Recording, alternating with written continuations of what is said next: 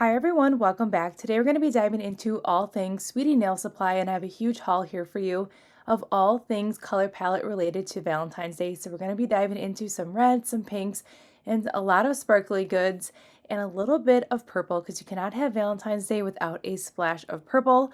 Another thing about this video today is that you're going to be able to see tons of beautiful colors from different brands that Sweetie Nail Supply has to offer.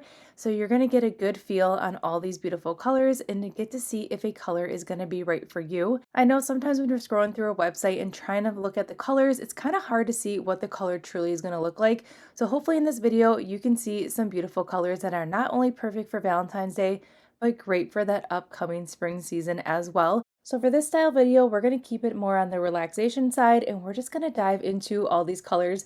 I'm going to show you what they look like on a swatch stick so you can see their full potential. And all the colors that you're seeing today are going to have 2 coats on the swatch stick so you can get a good feel on these colors as well. And if you're looking to see some of these colors in action, make sure you stay tuned because we're going to be diving into some spring nail looks here shortly on my channel. All right, without further ado, let's get into these beautiful colors, and I'll see you all in the next one.